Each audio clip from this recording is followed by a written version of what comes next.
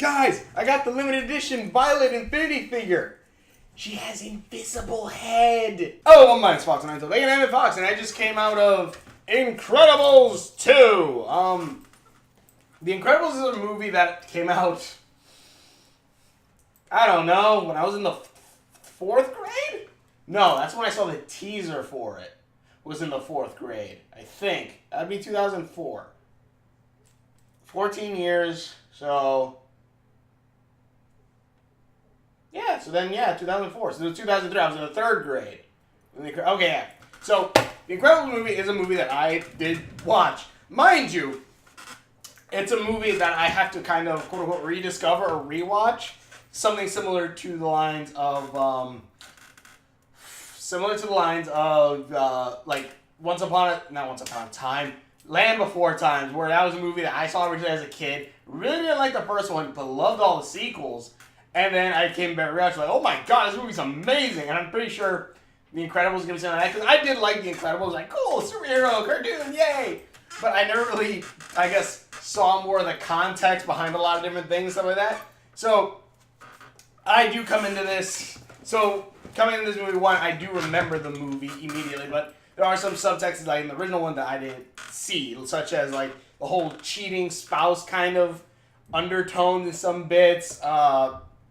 Stuff like that you wouldn't pick up like that. But, so this is the newest one in The Incredibles 2, which is the newest one that came out 14 years later, which I love in the beginning of this movie. It literally opens up with Samuel Jackson, like all the voice actors going, we're so sorry it took you so long to get this movie out. We have the writing, the drawing, and that's not even before we get to the computers and all that. And like, we hope you enjoy this movie.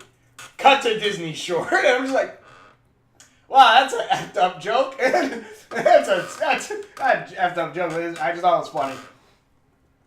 And basically, again, you're following The Incredibles. But first off, let me talk about this short, because this short is freaking funny.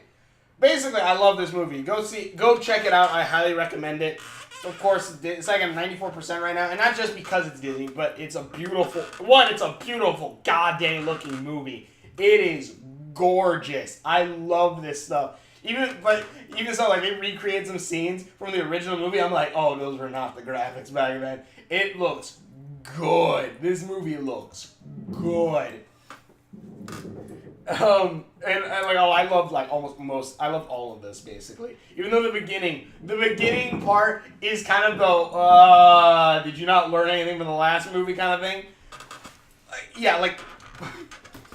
But, I'm talking about the movie. First, before this movie starts, there's like a little short about like a mother or a woman and her husband leaves, and the lady makes a dumpling, and the dumpling comes to life, and basically she raises that as her kid, and it slowly goes through like different stages of, from baby to teen to kid to adult who leaves, comes back with some blonde-haired girl, and is about to move out. When then the mom, go watch this. Mind you, movie traumatizes you for a second. I'm like, oh, thank you, Disney. I needed to be traumatized today. But, it's a good little short. But, I definitely say go check that out. But, this is, again, The Incredibles 2, where it continues exactly where it last left off. With the whole, kind of. It opens up like a FBI investigation, kind of, and then a kind of Men in Black neuralizer scene. Kind of? But basically the same thing, similar to last left off. The Underminer comes up, and, he says he's gonna put everyone underneath him and, rule the world. Turns out he really meant he was gonna steal gold. Yeah, not the biggest part, whatever. Basically, whole thing arcs on this bit. If you've seen the trailers, you know the premise, but you won't know everything that happens. Until you see the main bad guy walk in the beginning, like, oh, there's the main bad guy. Which I will say that is one of the points where I'm just like, god dang, you're doing the same thing Big Hero 6 did. Where it's like, you make the bad guy extremely obvious.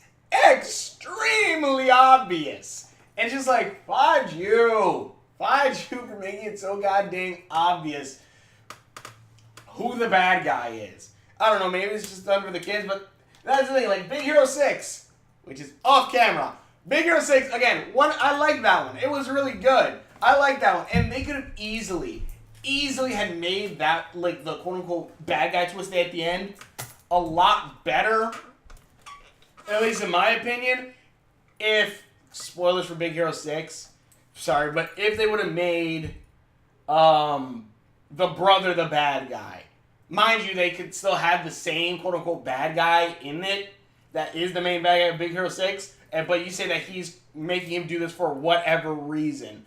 And that would have been a kind of cool thing because his brother basically is using the, Hero's tech to create crimes, while Hero is using his brother's tech, Baymax, to fight those crimes. And that'd be kind of a cool yin and yang, especially with the white robot and the black robot and stuff like that. It would have been kind of a cool mix-up. And that would have made a cooler twist, I think, at the end. But, this one, it kind of has a similar thing on a couple notes. Basically, again, it comes off exactly where it last left off. But, the Incredibles save the city after the Underminer steals gold, leaves, and never returns in this entire movie, never comes back at all, just leaves, but leaves his giant machine to destroy the towns and cities and stuff.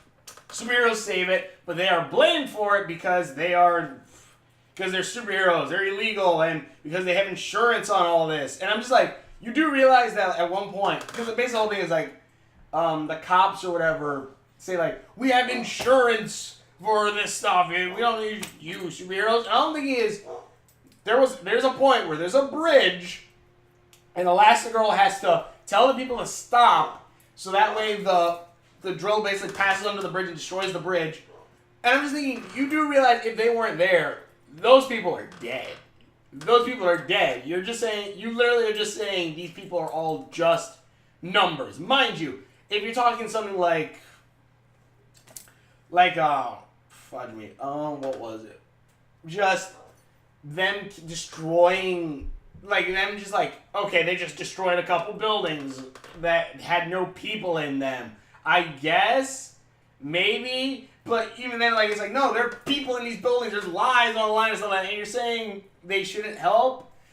And so, yeah, but yeah, so basically, but after that, a shady businessman, tell me if this sounds familiar, a shady businessman sends his associate to give one of the heroes a card saying that he has a job for them.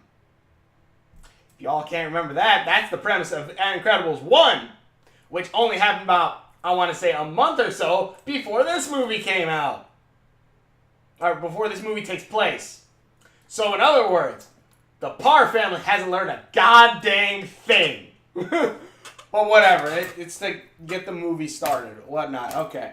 But, basically, if you've seen the trailers, you kind of get it. They're trying to reinstate superheroes, and the best bet is to kind of do, a trial run. And the trial run will be Elastigirl.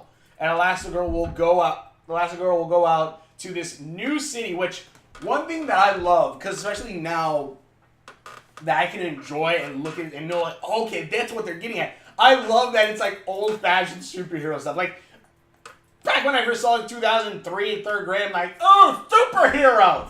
But I wasn't, looking into this. I'm like, oh my god, okay, I get this. It was like those golden age of superheroes, like the Action Comics Superman, or, stuff like that. And I'm like, that's freaking cool! And I love this one, and also I love the whole, the thing I always love is that, superheroes are always connected with a city, with a big city and stuff like that. And I always love that. City is, one of my favorite, backgrounds for stuff like that. And it's stuff like freaking, Yu-Gi-Oh! GX. If you don't know what that one is, the main Yu-Gi-Oh! Trading card game. Which I'll say that was, other than Yu-Gi, which I love, the Egyptian, I like the, 1 through 5D. I like them, but, Jaden Yuki, his main deck was made up of hero cards. I love it because, one, superheroes, and two, because it's, their world, the superhero world is skyscrapers. Sitting, yeah, that's what a superhero's, world is. Or, playground. It's the city and stuff like that. And it's freaking great. I love that. I love superheroes, and I loved that. I loved that, like, this world. I'm like, oh my god. And at some point, I'm just like, fudge, give me an Elastigirl game. I would love to play an Elastigirl game, because they use her power, basically, fuck it. They use her power so well in this. Like, that motorcycle that you see in the trailers that she rides, like, that sort of departs, and, like, she'll have, like, kind of like a unicycle on both ends, but then she'll, like, whip her butt forward. That looked wrong. She basically extends her stomach and then whips her bottom half forward, hitting herself on the back and then flying forward over like cars or jumping across buildings or sliding against the wall. It's freaking great how they use her like powers, and I really like that. How they use her powers in this are really fun. I'm like, okay, I didn't think about that for using these stretchy powers, but they really went imaginative with that, and I like that. That was cool. I really, really liked that. Fudge, what else was there? But basically, there's this bad guy, Screen Slaver, who's keeps hacking things and messing with like these messing with all the electrical things, using screens to hack people's minds.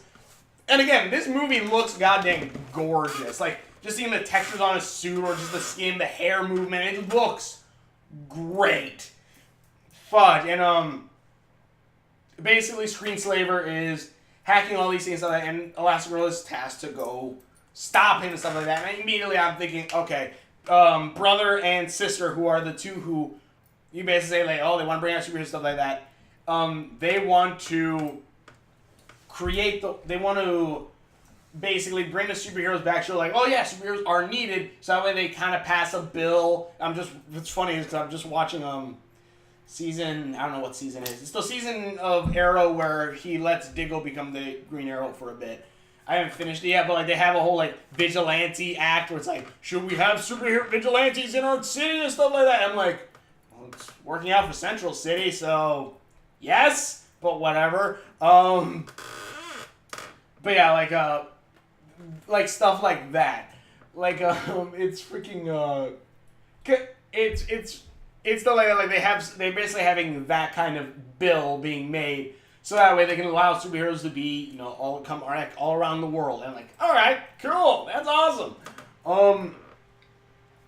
But of course, like, and I do like that they do kind of have it to where it is kind of tension in some things, where like the whole thing with the main bad guy is that it's again, once these two came up, I'm just like, okay, I kind of get what is going on. Bad guy is actually being made by these guys, so that way then they could like promote Elastigirl, which was kind of true.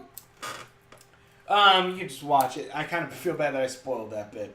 Maybe I'll edit that out. Who knows? Just in case I want to edit it out later. But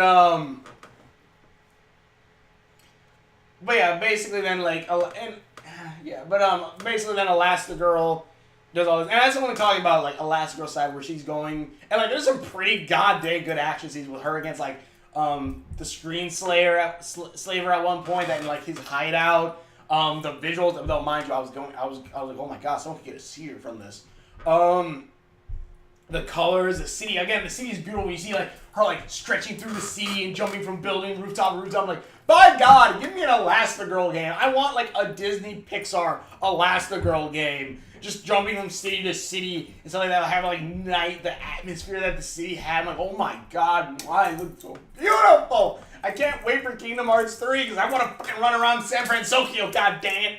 Same goddamn thing happened with San Francisco. I'm like, fuck me, I want to fucking run around the city. Soon I will. In 7 months. But in any case, so basically, then that's the whole thing. But when we come back to Fudge me. When we come back to Mr. Incredible with the kids, it's basically him trying to be a good dad, where like he hasn't really, taken care of his kids or stuff like that, and like he's now the one at home, so he's like learning how to do math for his kid after like he doesn't know how to do it. He's trying to fix the mind wiping because the boy that Violet liked that was popped up at the end of the last movie, which I was thinking like, okay, that kid's never gonna be brought up again. He's actually brought up again. He's actually part of this story, kind of. I'm like, that's cool. So that's actually a plot point. His mind is wiped forget Violet completely. So now so he's trying to fix that with Violet, which leads to a pretty funny scene in a diner, which, like, by God, if you know what scene I'm talking about with the water, I just want when this movie comes out on DVD, just the freeze frame on that one scene, because that's the kind of thing where it's just like you freeze frame that one scene and it's gonna be golden. Because he's just like, oh my God, I saw it only for a second, but that was freaking hilarious. The jokes in this are good. They are really, really, really good. And whenever it kind of cut well down, he gives a good joke back up. Jack is freaking great with all the different powers he has. I kind of want to see, a freaking, I want to see an Incredibles kind of when Jack's a little older. I don't need a show about it, though, mind you, I had to start watching the Big Hero 6 show. But I do want, in one of those episodes of Big Hero 6, for the Incredibles to do a crossover. Because I think that would be kind of awesome. They could say this is San Francisco and all that is post whatever. I don't know. But it'd be freaking cool. And again, basically, it's a nice touching thing, like seeing Mr. Incredible, try to help his kids and stuff like that. And, to be a good father. I like that. That was cool. There's just a crap ton of fun scenes. Although I will say the part where because first Samuel Jackson's character Frozone gets the car from the business guy, and to then give it to the Incredibles, and I'm just like, and he comes up in a trench coat. He's like, "Hey guys, how you doing?" I'm like, "He's gonna invite you to the Inventors Initiative." I'm just like, but yeah, this fucking me. But this movie was fun. And again, it's so beautiful. It's so beautiful. I was looking like, my God, I could just stare at this all day. Because it's so goddamn beautiful. Every scene looks beautiful. The animation is great. The CG is perfect. Oh, God. Wow, I love it. I want more animated superhero movies. God dang it. Like, yeah, we have the miniature ones with, like, Batman and stuff like that. We have the DC animated little movies. I'm like, that's great. That's cool. That's awesome. But I want something big, theatrical like this thing. Like Incredible. It's freaking beautiful. It's freaking great. Mwah! We have freaking Big Hero 6. That's a good dang looking movie. But this, oh God, it's so good. And the thing is, it's just like, again, if you watch the original one, it's good in the animation. Yeah, but like, you look at this one, it's like, oh my God, it's beautiful. Just like even like seeing the side background characters, the city characters, like it's like they all have that 50s kind of dress. Like if you look at an old Superman cartoon, like they all kind of dress like that, and it's not bad. It looks freaking great, and it freaking fits the motif because that is where like superheroes started, and just having that in there, that little era and stuff like that just makes it so good. This is such a good superhero movie. I love when Disney/Pixar makes a superhero movie like this. Because, yeah, I like the Marvel Cinematic Universe. It's freaking great. But you don't have these kind of superheroes anymore. And I mean that, like, everything, again, it is...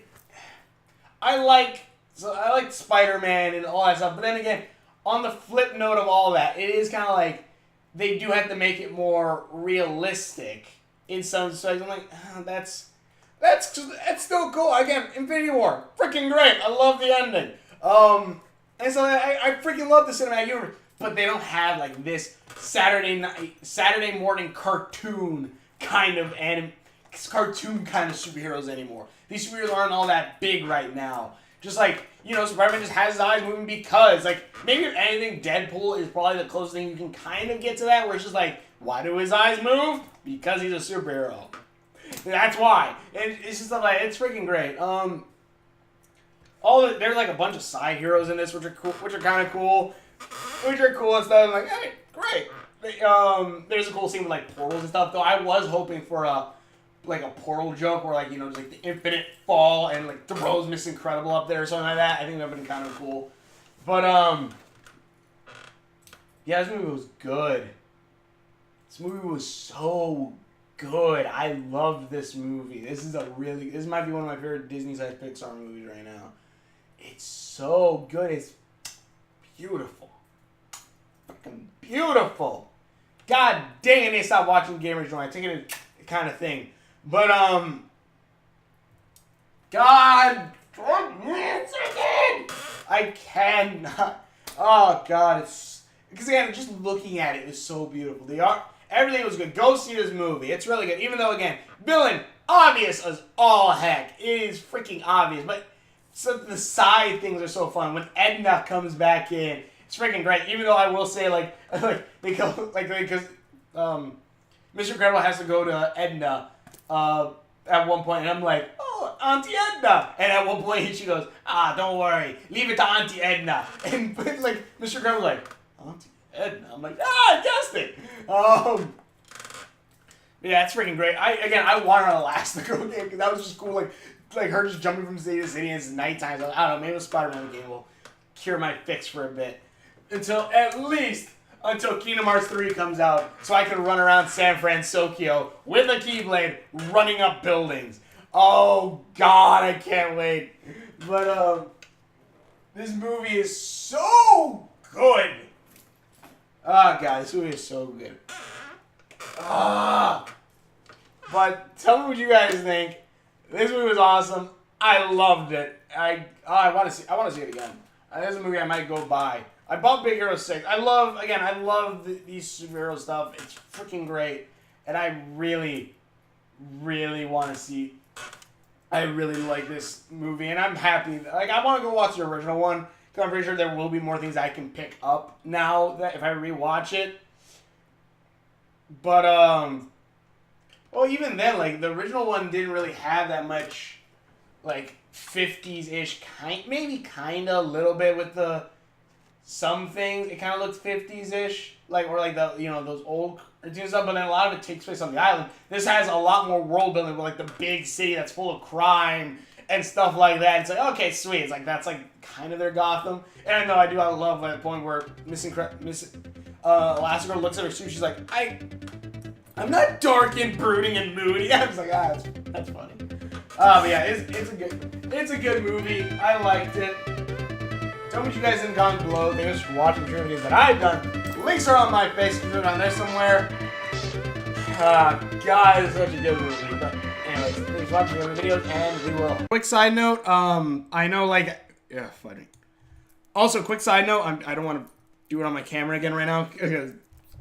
But one point, the bad guy does know some things that they probably shouldn't. There's only 2 characters, and this thing only happens to these 2 characters, and these characters aren't alive by the end. Yet somehow the bad guy knows what happened. I'm just like, what? Was there cameras? No, it was never made clear. See you later.